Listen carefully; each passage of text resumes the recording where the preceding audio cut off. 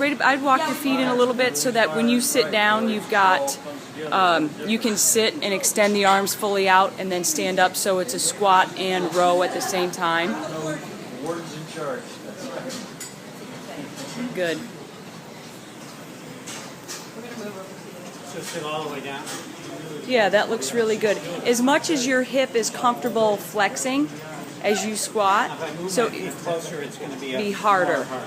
Yep. That can go a little more. Yeah. So yeah, you can self-select how much of you want to pull. Good. So lead with the hip and then push with the hip.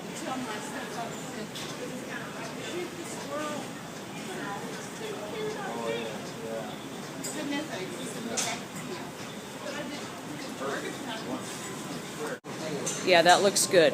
So you're squatting straight down. Let's try to keep the back straight.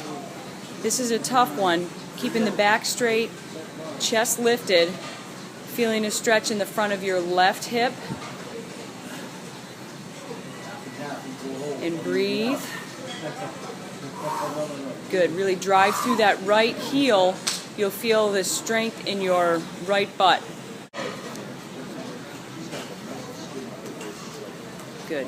Not too long a stride. Let's bring that stride in just a little bit. Yeah, that looks good. So essentially the back knee doesn't come any farther forward than the front heel. That's probably good right there. Yeah, that's perfect. Good. Back straight. So you're thinking about going straight down.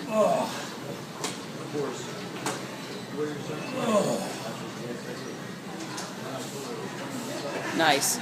Trying to keep the back straight. Use the handles where you need to. Feet all the way back up to a nice tall position. Yep.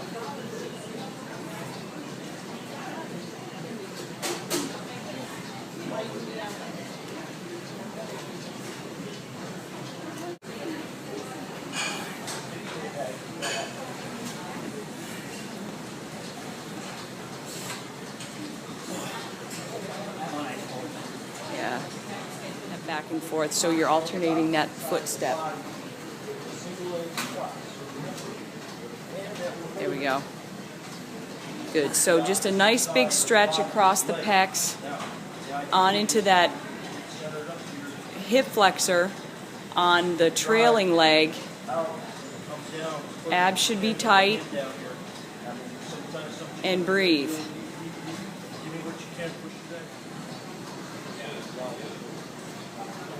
Good. So hands are high overhead, that's right. Step, drop, push, and return. Now you'll feel your abdominals really kicking in here as you control those hands from being pulled back behind you too far. And bend your elbows, right? Control down into it. And here you have your push-up.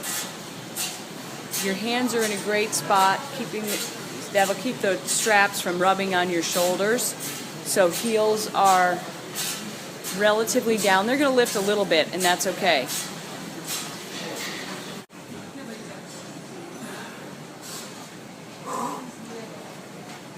Yeah. Oh, that looks great.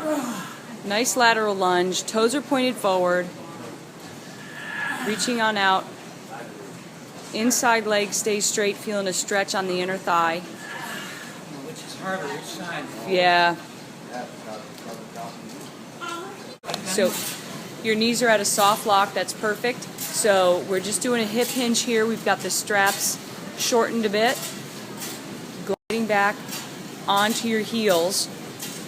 Knees are at a soft lock. Back is straight. So you feel a stretch in those hamstrings and on into the glutes, and then contract the glutes to stand back up tall. Okay. So single leg balance, and then you can keep that back toe on the floor, and then as you tip forward, let that back heel come up, or let that back foot lift in the air. Yeah. So working on the balance really, and then letting that leg ride up.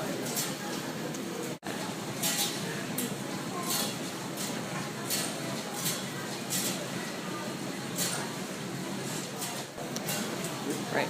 So just stay on the one side. Yep. Stay on that one for 10. Good, because with each successive repetition there, John, we're hoping for a little bit better depth, a little more thing on the other side. Right.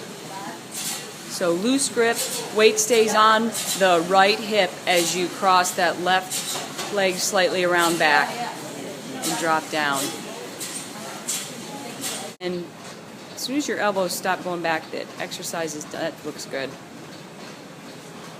Yeah, much harder. Yeah.